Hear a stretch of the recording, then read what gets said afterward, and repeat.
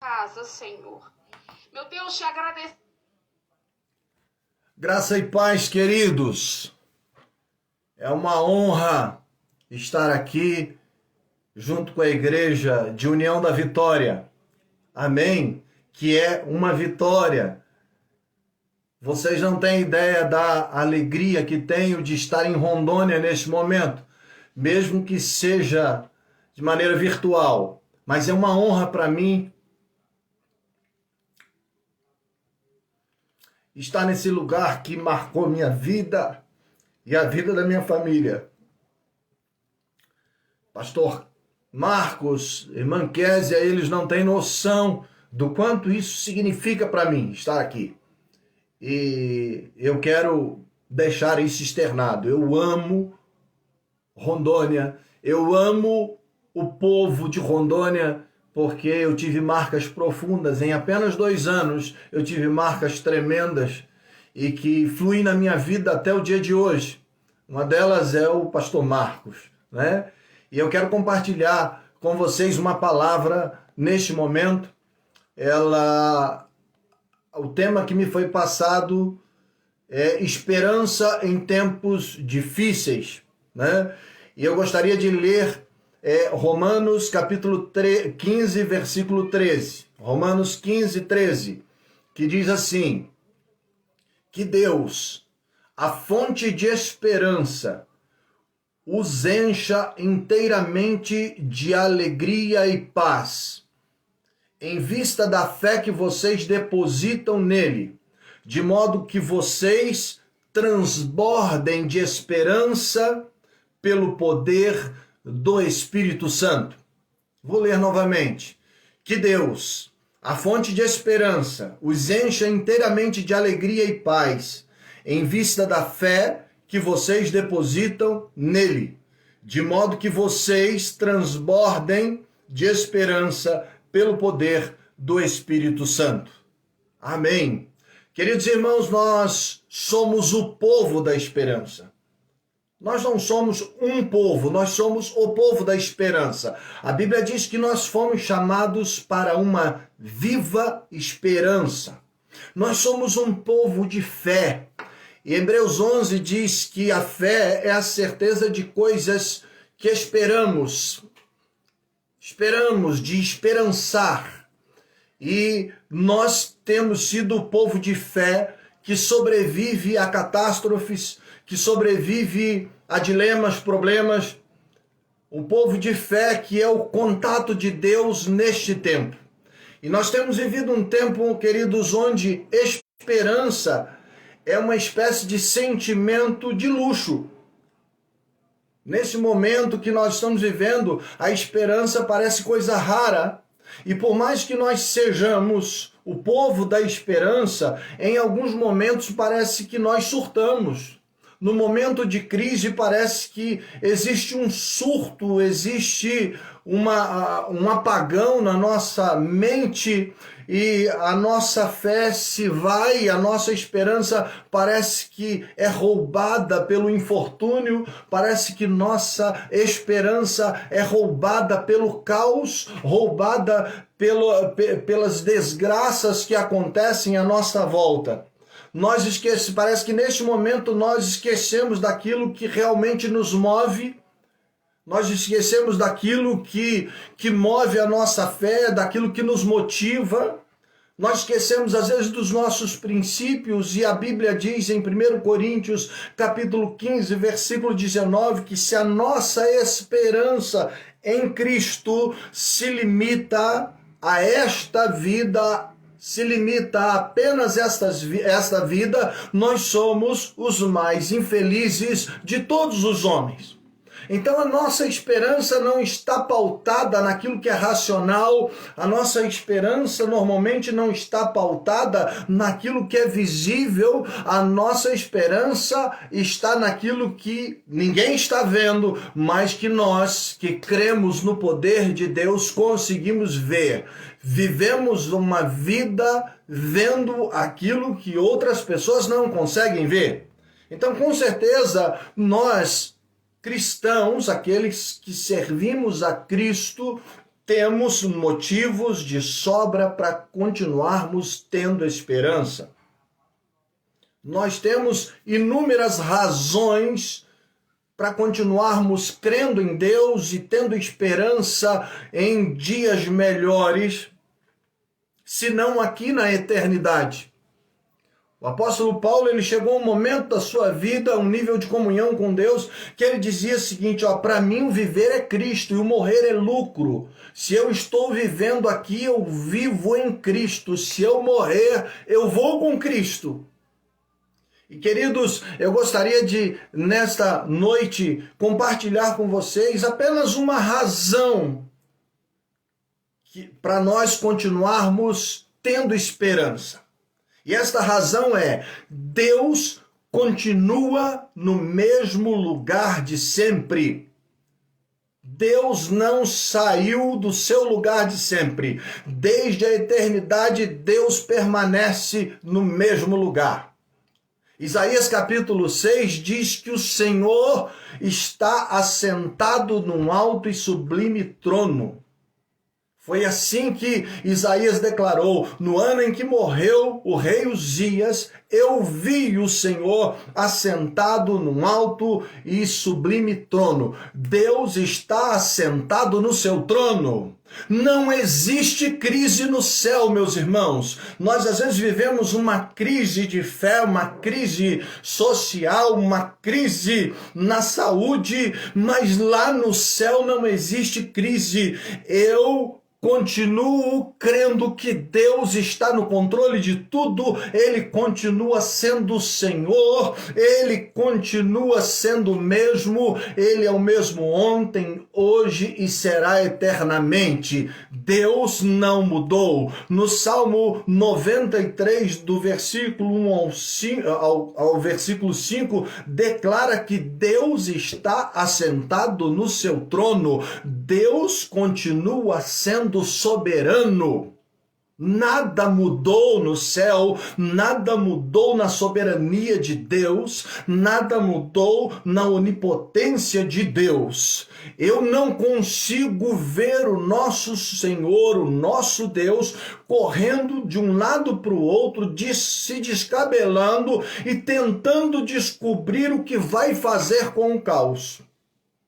Eu não consigo ver um Deus que saia do seu trono incomodado, coloque a mão na cabeça e fique pensando o que eu vou fazer com a humanidade. Como é que eu vou resolver o problema? O que eu vou fazer com o meu povo? Eu não sei. A minha cabeça vai dar um ruim. Eu não consigo ver um Deus assim. Eu só consigo entender que Deus está lá sentado no seu trono, com um cetro de equidade na sua mão, regendo o universo. Pastor, então por que isso está acontecendo? Por que tudo está acontecendo de maneira caótica à nossa volta? Meu querido, eu não posso te afirmar o porquê. Eu poderia fazer algumas conjecturas, igual nós vemos diariamente pessoas fazendo conjecturas. Esses dias eu vi uma postagem em que a pessoa colocava uma imagem do carnaval passado e aí dizia que o povo agora está pagando a conta. Eu não consigo ver um Deus que vem para punir a humanidade. Eu consigo ver um Deus que respeita as escolhas da humanidade, mas não consigo ver um Deus que desampara o seu povo.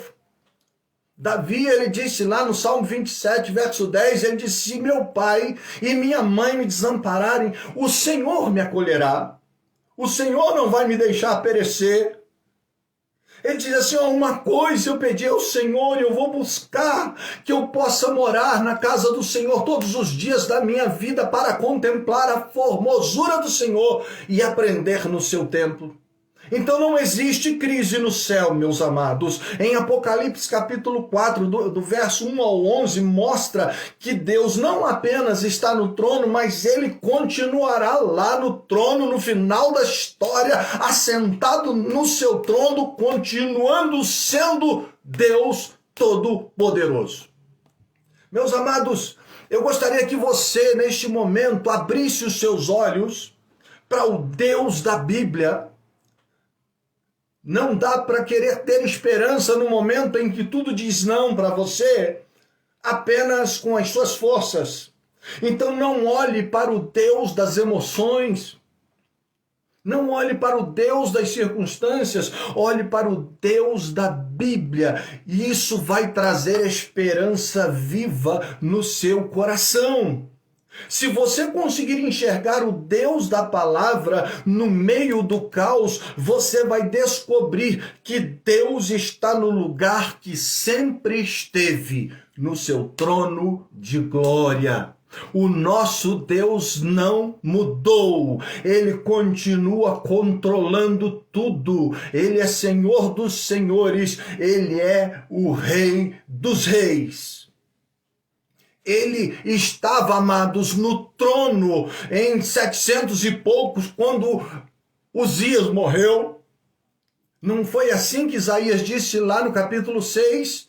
No ano em que morreu o rei Uzias, eu vi o Senhor assentado sobre um alto e sublime trono. Então Deus estava lá quando Uzias morreu, Deus estava no trono, ele estava no trono por volta dos anos 450, quando o Império Romano caiu. Eram coisas que mexiam com toda a humanidade. Ele estava no trono em 1914, quando começou a Primeira Guerra Mundial. Deus não ficou perturbado com a situação. Ele respeitou escolhas do ser humano, mas ele não saiu do seu trono. Ele não mudou a sua característica por causa daquilo que o homem escolheu fazer. Ele estava no trono, meus queridos, em 1939, na Segunda Guerra Mundial. Deus continuava no trono, ele não estava com medo das circunstâncias. Deus não tem medo das circunstâncias. As circunstâncias não abatem Deus. As tempestades não mudam a característica de Deus. O nosso Deus não nos deixa à mercê da própria sorte. Ele continua olhando para você neste momento. E se você conseguir abrir os seus olhos e ver Deus no trono, seu coração vai ser cheio de esperança, o seu coração terá um renovo do céu. Não pare de crer no Deus da Bíblia. Leia mais a Bíblia, assista menos televisão, menos noticiário. O noticiário vende desgraça. O noticiário, ele vende catástrofe. É isso que move. As pessoas interrompem uma conversa dentro de casa porque a manchete do jornal, a chamada do jornal, diz que o pai matou um filho e arrancou a cabeça dele. A gente interrompe, a mulher interrompe o jantar, o marido interrompe o seu banho, protela o seu banho para daqui a pouco, porque ele viu uma chamada que disse que teve uma enchente que levou carro, ônibus e morreram não sei quantas pessoas. É disso que a mídia vive. Você não pode ser apenas alimentado por isso, você precisa ser alimentado pela palavra de Deus, porque ela trará esperança viva ao seu coração. Existe um ditado que diz que a esperança é a última que morre. A esperança é a última que morre para as pessoas que acreditam no Deus das emoções. Mas para as pessoas que acreditam no Deus da Bíblia, a nossa esperança é uma esperança viva, é uma esperança eterna que não se limita a essa terra, mas ela nos aponta para a eternidade. Então Deus não saiu do seu trono, ele também estava no trono em 1979, quando o primeiro homem pisou na Lua. Foi algo incrível, algo maravilhoso. O mundo todo soube disso. Mudou Deus? Não. Então, queridos, não é o fato de Deus abençoar você ou deixar de abençoar que muda a sua soberania. Deus continua sendo Deus, queira você quer ou não. Quer você queira ou não, melhor assim. Deus continua sendo Deus, te abençoando ou não te abençoando. Deus não precisa abençoar você para ele continuar sendo Deus, continuar sendo respeitado como Senhor soberano no seu trono. Se ele te abençoar, glória a Deus e aleluia. Se ele ouvir a tua oração e atender o teu clamor, aleluia. Mas se ele não fizer isso, não é porque ele desceu do trono, ele continua no trono e você precisa ter olhos ungidos e voltados para a palavra de Deus para que você consiga ver Deus no trono e o seu coração então se encha de uma viva esperança. Ele estava no trono, queridos, quando em 2001 aqueles aviões atingiram as Torres Gêmeas. Não foi porque Deus cochilou no trono que aquilo aconteceu. Não foi porque Deus quis punir A ou B ou C, não. Deus não mudou o seu lugar, não mudou o seu propósito. O ser humano que escolheu caminhos. E quando você passa a fazer escolhas sem estar alinhado com Deus, quando você estabelece propósitos e esses propósitos não estão alinhados ao propósito de Deus, você vai ter que assumir o ônus da sua escolha. Você que vai ter que assumir a responsabilidade pela sua decisão que não foi pautada no propósito de Deus para a sua vida. Então, queridos, ele estava no trono em 2020, quando surgiu o coronavírus. Ele estava no trono quando pessoas começaram a morrer. Ele está no trono no momento que a gente vê um parente, vê um pastor, um homem de Deus, uma mulher de Deus, um amigo partir para a eternidade. Ele continua no seu trono. Ele continua sendo Senhor de todas as coisas. E mais do que ser um Deus que nos dá o privilégio de ter saúde e vivermos, ele é um Deus que nos dá uma vida que foge à nossa dimensão, que foge às vezes à capacidade do nosso entendimento. É uma vida que é chamada de vida eterna. Enquanto nós às vezes estamos aqui chorando, e eu não estou falando criticando ninguém, enquanto nós estamos aqui lamentando pela perda de alguém, você pensa que Deus fala assim, puxa, fulano morreu, né?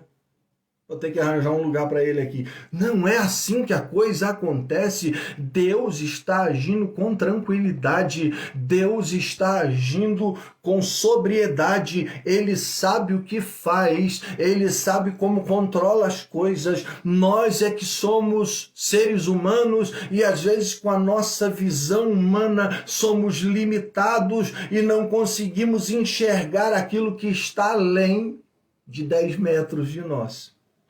Deus continua no seu trono, ele continuará no seu trono durante o ano de 2021 e ele continuará no trono pelos séculos dos séculos, porque ele é Senhor. Ele não tem princípio, ele não tem fim, ele era antes que tudo se formasse, ele é Deus Todo-Poderoso.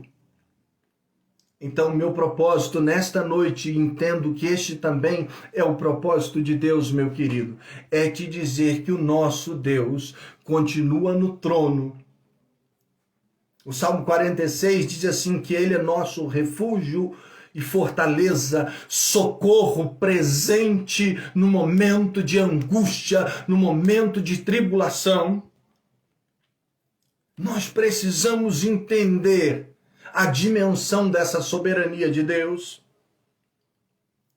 Mas, pastor, eu perdi a esperança. Eu não tenho mais esperança porque eu perdi alguém da minha família. Eu perdi meu pai, sei lá, minha mãe, ou seja quem for. Eu perdi. Respeito a sua dor, mas a sua esperança não pode se limitar a perdas, porque até ontem você estava ganhando. A nossa esperança não pode estar baseada naquilo que a gente acha legal, naquilo que a gente acha que é bom. Nossa esperança está naquele que é, que era, no Todo-Poderoso, naquele que há de vir. Existem coisas que estão matando a nossa esperança, meus irmãos. E eu poderia dizer que uma das coisas que matam a nossa esperança é um evangelho imediatista que é anunciado aí. E quando eu falo de evangelho, eu quero colocar esse evangelho entre aspas, porque evangelho imediatista não é evangelho. É, na melhor das possibilidades, um evangelho mercadológico, vendido. Infelizmente, as pessoas estão querendo soluções práticas.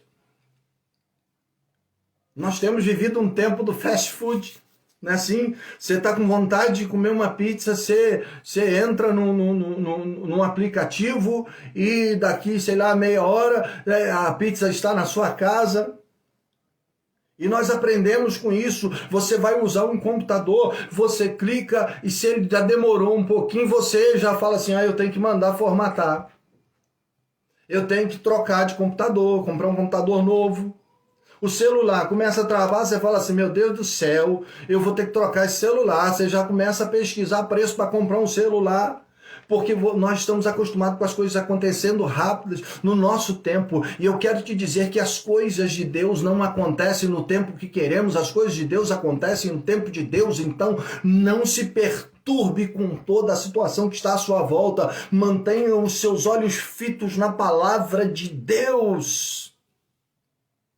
Não tenha a palavra de Deus apenas como aquilo que alguém falou para você. Não adianta abrir a sua Bíblia e deixá-la aberta, sei lá, no Salmo 91 e achando que isso vai mudar a tua história, que isso vai trazer uma esperança, vai trazer um mover novo na tua casa. Não adianta. Não adianta você ter um aplicativo da Bíblia que te fornece todos os dias o versículo do dia e você fala assim, essa é a palavra para mim nesse dia. Não! Não sou contra o aplicativo, não sou contra o versículo diário, maravilhoso, mas não é disso que você consegue sobreviver. Deus tem mais para você. Coma a palavra, se alimente da palavra. Eu não consigo entender um tempo, meus queridos irmãos, que os crentes acabam se isolando. Não estou falando daqueles que estão inseridos no grupo de risco, mas eu estou falando daqueles que às vezes podem estar, eles se isolam da igreja e vão ao supermercado. Eles têm fome de comida e por isso vão lá comprar comida no supermercado e lhes falta fome de Deus e eles não conseguem ler mais a Bíblia, eles não conseguem mais participar de um culto. Nós estamos aqui neste momento, quantas pessoas estão nas suas casas, porque aqui em horário de São Paulo, né, horário de Brasília, são 20 horas e 43 minutos, aí em Rondônia são 19 horas e 43 minutos. As pessoas, via de regra, já chegaram no seu trabalho e estão em casa. E às vezes sabe dessa live que está acontecendo na Igreja Metodista Wesleyana de União da Vitória, em Rondônia, sabem dessa live, mas eles não conseguem, eles querem ver, sei lá, o jornal que está passando, o noticiário que está passando, porque ele está preocupado com o que vai acontecer, com quantas pessoas morreram no dia de hoje. Ei, Deus está olhando para você neste momento e quer mudar o seu foco para que então a esperança possa renascer em você, mudar tudo em você, mudar tudo que está à sua volta. Deus está te chamando de volta para perto dele. Quer ter esperança? Chegue perto de Deus. Quer ter cura? Chegue perto de Deus. Mas, mais que a cura, quer ter paz no seu coração? Chegue perto de Deus. O momento é um momento difícil. Eu falei num vídeo na semana passada para os membros da IMW da Coab 2. E eu disse o seguinte, meus irmãos, nós vamos continuar lutando. Nós não vamos deixar o nosso coração morrer. E eu disse, se tivermos que cair, vamos cair de pé. Por quê? Porque a nossa esperança não está apenas nesta terra. Ela se estende para a eternidade. Deixe Deus encher o teu coração de esperança nesta noite. Não vá para casa sem Ele, sem Deus. Não vá dormir sem Ele. A esperança do Senhor está renascendo na sua vida. Tudo poderá mudar na sua vida. Ninguém, nada, poder, principado, potestade, doença, é capaz de tirar o nosso Deus do trono. A soberania de Deus é a razão da nossa esperança neste momento. Nossa fé em Deus é a razão da nossa esperança. A onipotência de Deus permanece. E nós vamos para frente. Meus irmãos, hoje é dia 4 de janeiro de 2021 e nós vamos partir para cima. 2021 tá aí. É o ano do não sei o que. Não vou dizer que ano que é, mas é mais um ano para nós permanecermos com o nosso coração em paz com Deus, com a nossa vida voltada para Deus, com a nossa mente e coração sintonizados em Deus, buscando descobrir o nosso propósito e alinharmos o nosso propósito com Deus. Vamos para frente, meus irmãos. Você que está assistindo a live, seja de Rondônia ou não, vamos para frente. Não olhe para 21 como pensando assim, meu Deus, o que vai ser da minha vida? Olhe para Deus e mostre 2021 para Ele.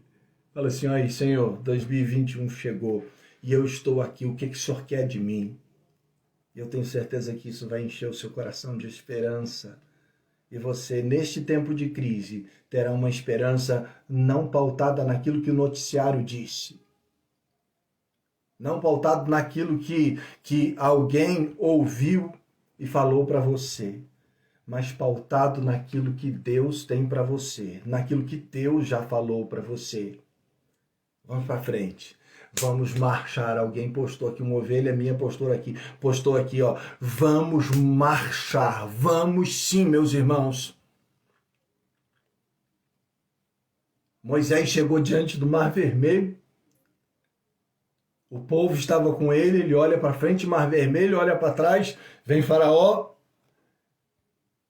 E ele vai falar com o Senhor fala assim, Moisés, por que você está clamando a mim, Moisés? Ei, levanta a tua mão, estende o teu cajado e o mar vai se abrir. E Moisés fez o que Deus mandou. E ele disse assim, diga aos filhos de Israel que marchem. E o povo de Israel entrou enquanto estava caminhando em direção ao mar. O mar estava fechado, mas na medida que ele foi chegando na beirada da água ali e pisou, acredito que ainda pisou num pedacinho de onda, aquilo começou a se abrir porque Deus fez verdade a sua palavra e Deus vai fazer o mesmo na sua vida. Encha-se de esperança, marche e você vai ver milagres de Deus na sua vida, na vida da sua família e na vida da igreja. Que Deus te abençoe. Que a paz de Deus, que excede a todo entendimento, possa guardar o seu coração, a sua mente em Cristo Jesus. Povo rondoniense ou rondoniano, eu amo vocês estarão sempre no meu coração. Deus te abençoe, Deus te guarde. Beijo no coração da Igreja Metodista Wesleyana de União da Vitória. Beijo no meu filhão, pastor Marcos, na missionária Késia, nos filhos maravilhosos que Deus lhes tem dado. Fiquem na paz. Um grande abraço. Em nome de Jesus. Beijo no coração.